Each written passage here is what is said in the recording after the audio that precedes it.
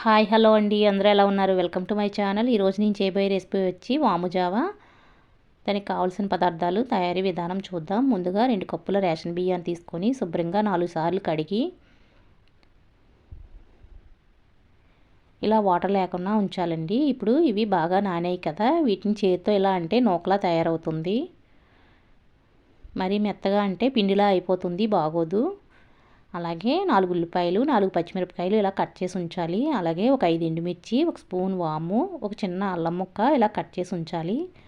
అలాగే కొంచెం కొత్తిమీర, ఒక టమాటాని కూడా కట్ చేసి ఉంచాలి. ఒక వెల్లుల్లిపాయ, ఆవాలు ఒక హాఫ్ టీ స్పూన్, జీలకర్ర ఒక హాఫ్ టీ స్పూన్, చింతపండు ఒక ఏమాత్రం తీసుకోవాలండి. శుభ్రంగా కడిగి నానబెట్టి ఉంచాలి. అలాగే ఆయిల్, కారం, పసుపు, ఉప్పు. ముందుగా స్టవ్ వెలిగించి కుక్కర్ గిన్నె పెట్టాలి. ఇందులో తగినంత ఆయిల్ వేసుకోవాలి.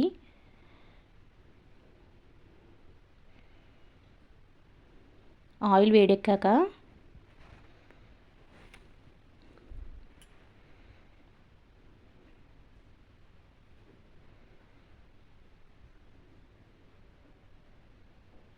ముందుగా వాము,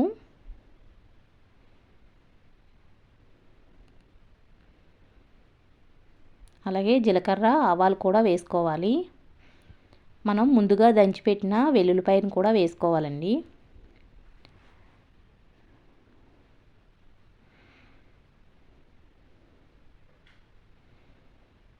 ఇవి మంచి కలర్ వచ్చేంత వరకు ఫ్రై చేసుకోవాలి. చూసారు కదా, ఇలా మంచి కలర్ వచ్చాయి కదా. ఇప్పుడు దీంట్లో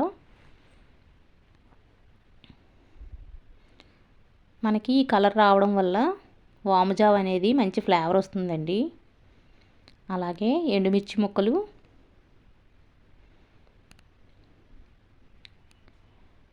కరివేపాకు, అల్లం ముక్కలు వేసి వేయించుకోవాలి.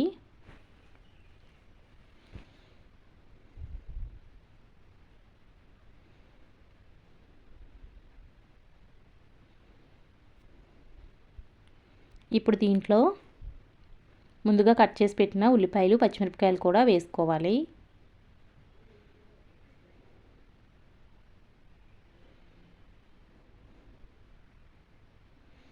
ఇలా వేసి కలుపుతూ వేయించుకోవాలండి.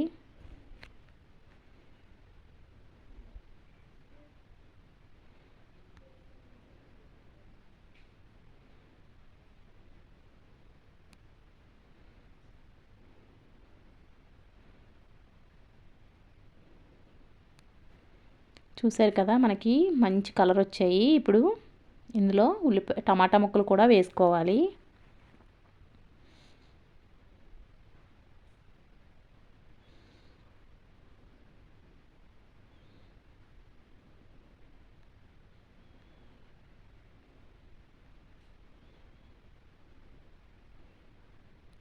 ఇవి కూడా 1 నిమిషం పాటు వేయించుకున్న తర్వాత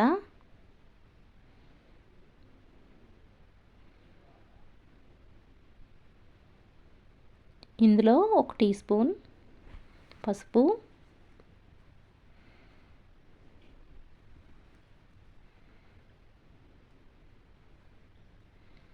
వేసి వేయించుకోవాలి.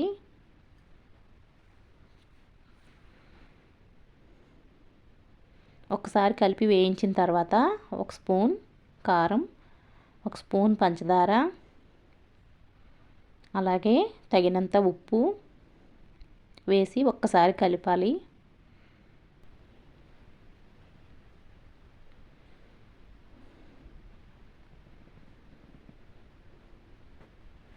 మనకి ఇప్పుడు అంతా బాగా వేగింది కదా. ఇందులో ముందుగా చింతపండు రసం తీసి పెట్టాం కదండి, అలాగే చింతపండు రసంతో పాటు వాటర్ కూడా 10 కప్పులు అయ్యేటట్టుగా చూసుకోవాలి. ఇందులో వేయాలి.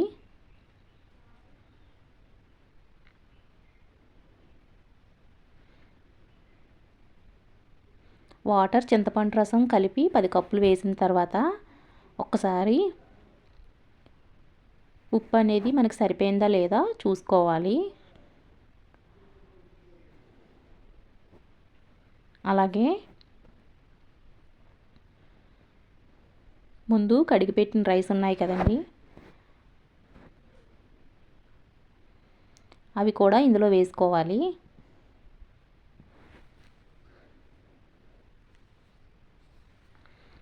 వేసిన తర్వాత ఒకసారి కలిపి కుక్కర్ మూత క్లోజ్ చేసేయాలి.